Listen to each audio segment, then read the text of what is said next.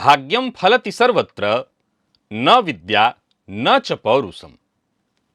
राहु जब देने पर आते हैं तो छप्पर फाड़ कर देते हैं, और जन्म कुंडली में यदि राहु बलवान अवस्था में हो तो जातक हो सकता है गरीब पैदा लिया हो, पर राहु उसको गरीब न रहने देंगे न मरने देंगे। क्योंकि राहु जब कुंडली में बलवान होते हैं तो निसंदेह जातक के कर्म से ज्यादा उसका भाग्य बढ़ चढ़ कर बोलता है।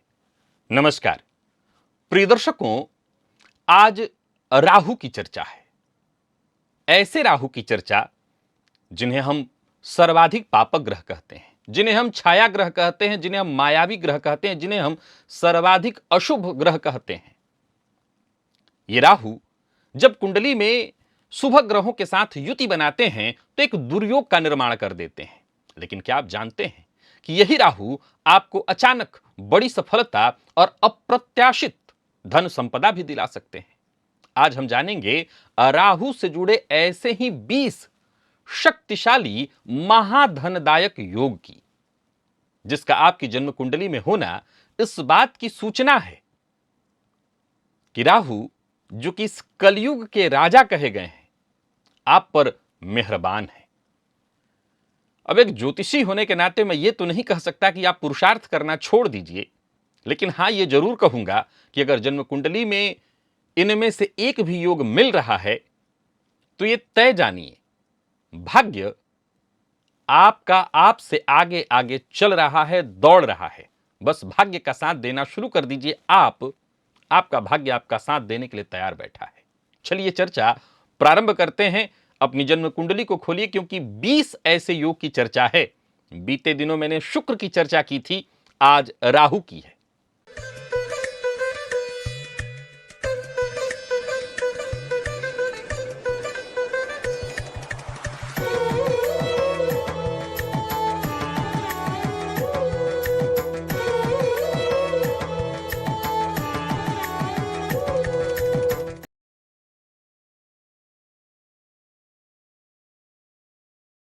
राहु पहला योग बनता है अष्टलक्ष्मी योग।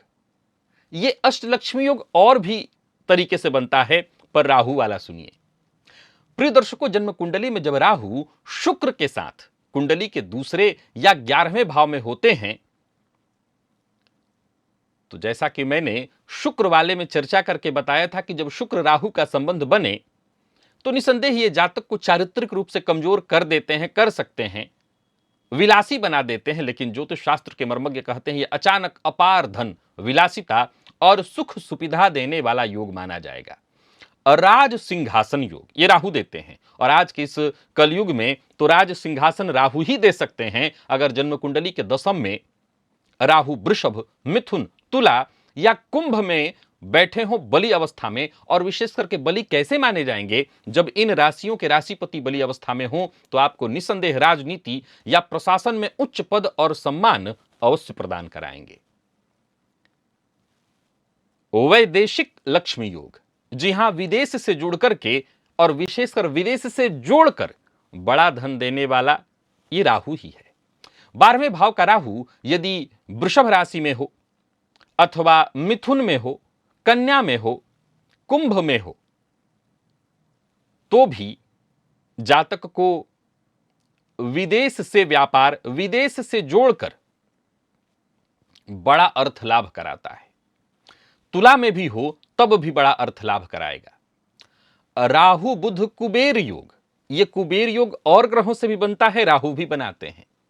बुध के साथ राहु का योग यदि कुंडली के दूसरे, 5वें या 11वें भाव में हो, अब यहां पर कमाल देखिए, इसे जड़ योग भी कहा गया है, परंतु जातक की बुद्धि तलवार की धार की तरह होती है। कई बार तो लोगों को समझ ही नहीं आता कि यह तलवार कितना तेज है, कब काट दे। यानी जातक अपने बुद्धि और अबुद्धि के कौशल से बड़ी धन संपदा अर्जित करता है। राहु मंगल धन योग भी बनता है। यह अंगारक योग तो आप जानते हैं, लेकिन जन्म कुंडली में राहु मंगल के साथ कुंडली के 8वें भाव में, प्रिय दर्शकों यहां मैं आपको एक बात जरूर बताना चाहता हूं कि अष्टम का राहु मंगल के साथ युति बना करके रोग भी देता है, ऑपरेशन भी कराता है, कई बार पाइल्स इत्यादि से संबंधित ऑपरेशन, कई बार आकस्मिक कोई परेशानी, आकस्मिक कोई दुर्घटना भी देता है। ऐसे मंगल राहु की युति पर यदि शनि की दृष्टि पड़ जाए तो जातक के जीवन काल में कोई आकस्मिक बड़ी दुर्घटना घटित हो सकती है। लेकिन यही राहु और मंगल की युति कुंडली के अष्टम में हो और विशेषकर इस युति पर बुध या गुरु की या शुक्र की दृष्टि पड़ जाए तो जातक को अचानक विरासत, इंश्योरेंस या शेयर मार्केट इत्यादि फील्ड से आकस्मिक रूप से जबरदस्त धन लाभ होता है। प्रिय दर्शकों, ये राहु वैसे तो वाणी कड़वी करा देते हैं, लेकिन ये राहु जातक को वाग्मी भी बना देते हैं, वक्ता भी बना देते हैं।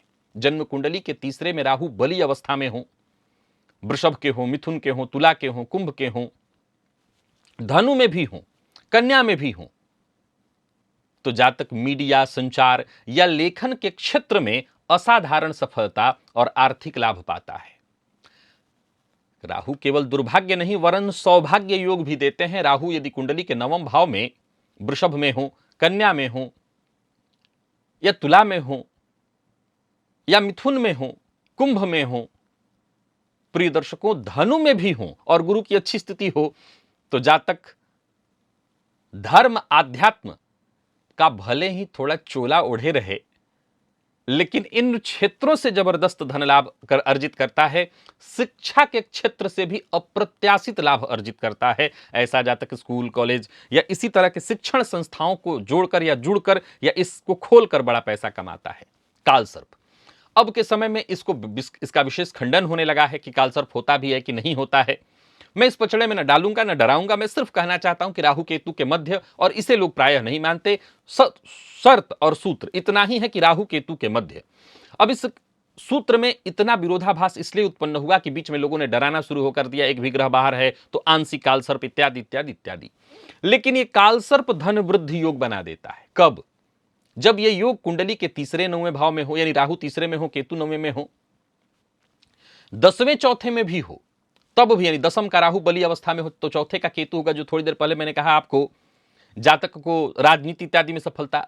जन्म कुंडली के एकादश में राहु और कुंडली के पंचम में केतु हो तब भी यह योग बनता है, और जन्म कुंडली के दूसरे नौवें से भी यह योग बनता है। पर शर्त इतनी ही है कि राहु या तो वृषभ में हो या मिथुन में हो या कन्या में हो या तुला में हो या धनु या कुंभ में हो। तो यह योग जीवन के पूर्वार्ध में तो कष्ट देगा, लेकिन उत्तरार्ध में अप्रत्याशित धन संपदा देगा, यानी जातक को गरीब मरने नहीं देगा। राहु विरासत भी दिलाते हैं, और कब? तो जब जन्म कुंडली के दूसरे 8वें भाव में, या दूसरे में हो या 8वें में हो। या मैं बिल्कुल नहीं ये कहना चाहता कि ऐसे जातक को शराब की लत नहीं लग सकती, ऐसे जातक के जीवन में आकस्मिक परेशानियां नहीं आती। प्रिय दर्शकों, याद रखिएगा, हम बात राहु की कर रहे हैं। तो राहु के द्वारा धन मिलने की चर्चा हो रही है, तो यह हमें भूलना नहीं है कि राहु छाया ग्रह हैं, सर्वाधिक पापक ग्रह हैं। इनका अपना जो दुष्परिणाम है वो बली अवस्था में और बढ़ चढ़ करके हो सकता है, लेकिन चर्चा उसकी नहीं है, चर्चा है महाधनवान बनाने की। तो ऐसी स्थिति में राहु बली अवस्था में हो, जिन बली अवस्थाओं की मैं चर्चा करते आ रहा हूं, तो भी जातक को अचानक विरासत से कोई बड़ी धन संपदा प्राप्त हो सकती है। प्रिय दर्शकों, राहु गुरु की युति से चांडाल योग का निर्माण होता है, लेकिन ये राहु गुरु की युति भी महाधनदायक बनती है यदि कुंडली के पंचम या एकादश में हो। एकादश या पंचम, अब यह भी ध्यान रखिएगा कि मैं ऐसा नहीं कह रहा कि पंचम या युति हो तो संतान प्रतिबंधक योग नहीं बनेगा, संतान को कष्ट नहीं होगा, जातक की शिक्षा बाधित नहीं होगी। लेकिन ऐसा जातक भले अपनी उच्च शिक्षा ग्रहण न करे, शिक्षा का व्यापार करके, भले उसका ज्ञान शिक्षा के मामले में कमजोर हो, लेकिन वो उच्च कोटि का सलाहकार सिद्ध होगा। ध्यान से सुनिएगा, भले मैं बहुत ऐसे लोगों को जानता हूं, आप भी जानते होंगे, जो बहुत से स्कूलों में तो नहीं गए हैं, लेकिन उनकी बातें बड़े बड़े स्वर्णिम अक्षरों में लिखी जाती हैं। तो ऐसा जातक सलाहकार, और कमाल की बात है कि आज के समय में शोध करने वाला होता है। आर्थिक समृद्धि की तो कहना ही नहीं। राहु शनि की युति श्रापित योग बना देती है, आप जानते हैं, लेकिन ये औद्योगिक योग भी बनाता है, यानी ऐसा जातक कोई बड़ा व्यापार इत्यादि करे। जन्म कुंडली के छठे या दसम में ये युति हो, मैं ये नहीं कह रहा कि छठे में हो तो कोई दीर्घकालिक रोग जैसे कैंसर इत्यादि तक न हो जाए, बड़े बड़े लोगों को होता ही है, लेकिन अगर ये युति है तो ऐसा जातक संघर्ष और संघर्ष से उठता है और कोई बड़ा उत्पादन इत्यादि के क्षेत्र में कोई फैक्ट्री इत्यादि डालता है, बड़ी फैक्ट्री या कई फैक्ट्रियों का मालिक बनता है। राहु चंद्र ये ग्रहण योग है, लेकिन यह भी लाभ देता है। यही तो कमाल है।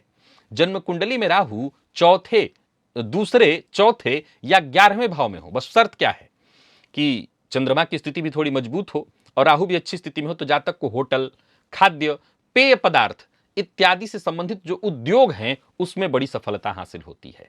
और सुनिए, राहु यदि कुंडली में चतुर्थ भाव में मंगल या शुक्र से युक्त हो तो अंगारक और लंपट योग भी बनेगा, परंतु ऐसी स्थिति में जातक को भवन या रियल एस्टेट के कार्य से जबरदस्त लाभ होता है।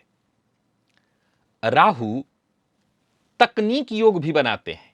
जन्म कुंडली में राहु और बुध की युति पंचम या दसम में हो तो ऐसा जातक विज्ञान, तकनीक या आज के इस डिजिटल युग में अपार सफलता हासिल करता है। ऐसा कोई कार्य करता है जिससे उसको खूब धन लाभ हो। प्रिय दर्शकों, राहु सूर्य के साथ युति बनाकर ग्रहण योग बनाते हैं, लेकिन ये सत्ता योग भी बनाते हैं। राहु सूर्य की युति यदि कुंडली के लग्न में हो या दसम में, तो जातक सरकारी राजनीति के क्षेत्र में उच्च पद प्रतिष्ठा और आर्थिक समृद्धि प्राप्त कर सकता है। ध्यान रखिएगा, इसका अपना जो दुष्प्रभाव है वो लागू रहेगा। जातक को कई बार जितना सम्मान मिलना चाहिए वो न मिले, वो राजनीति का शिकार हो। क्या लगता है आपको, राजनीति के क्षेत्र में जो बड़े पद पर पहुंचे हैं लोग, वो बिना राजनीति के शिकार हुए पहुंचे हैं? उनके साथ भी परेशानी आएगी, लेकिन ये योग देगा, लाभ देगा। प्रिय दर्शकों, आजकल के समय में कुछ ऐसे भी लोगों को हम जानते हैं जो तंत्र मंत्र के नाम पर फ्रॉड भी करते हैं, धोखा भी करते हैं, लेकिन वो इससे पैसा भी खूब कमाते हैं। राहु तंत्र योग का निर्माण करते हैं। कब? जब अष्टम भाव में गुरु या शुक्र के साथ युति बना लें तो ऐसा जातक गुप्त विद्या, ज्योतिष इत्यादि के फील्ड से अचानक खूब धन कमा लेता है। भले इसको बेच के कमा ले, लेकिन कमा लेता है। प्रिय दर्शकों, राहु छायापति योग बनाते हैं। वो स्वयं छाया हैं और छायाधिपति योग भी बनाते हैं। कब? तो राहु जब कुंडली में बुध के साथ कुंडली के तीसरे या 11वें भाव में हो तो जातक को संवाद, प्रकाशन और नए युग, आज के इस डिजिटल युग के तकनीक से जोड़कर भारी संपदा और प्रसिद्धि दिलाते हैं। राहु वाक सिद्धि भी कराते हैं।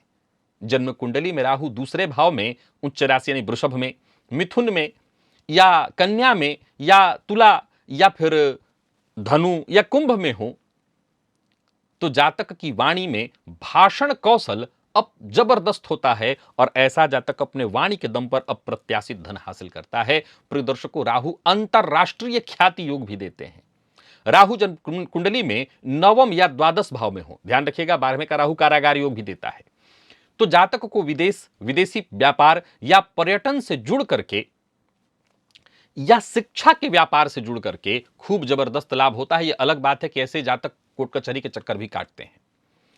प्रिय दर्शकों, जन्म कुंडली में राहु यदि कुंडली के दूसरे में हो और केतु 8वें में, अथवा केतु दूसरे में हो, राहु 8वें में हो, या राहु कुंडली के 11वें में हो और केतु 5वें में, तो यह स्थिति भी विशेष करके राहु कुंडली के एकादश भाव और कुंडली के द्वितीय भाव में यदि शुभ ग्रह से दृष्ट होकर के बैठे हों तो ये जातक को अप्रत्याशित धन देते हैं। ऐसा जातक शेयर मार्केट इत्यादि में कई बार नुकसान तो खूब करता है, लेकिन यहां से धन भी अर्जित करता है। ये 20 योग, इनमें से एक भी आपकी कुंडली में है तो एक बात तय जानिए कि राहु आपको गरीब रहने नहीं देंगे। प्रिय दर्शकों, यहां एक जानकारी और देनी होगी क्योंकि चर्चा राहु की है। यह हमेशा याद रखिएगा कि राहु छाया ग्रह है और शर्त लागू रहेगा कि राहु जिस राशि में बैठे हैं, चाहे वो उनकी उच्च राशि हो, कन्या राशि वाले में यानी स्वराशि में हो, तब भी इन राशि के जो मूल राशिपति हैं उनकी स्थिति को आपको जन्म कुंडली में देखना होगा।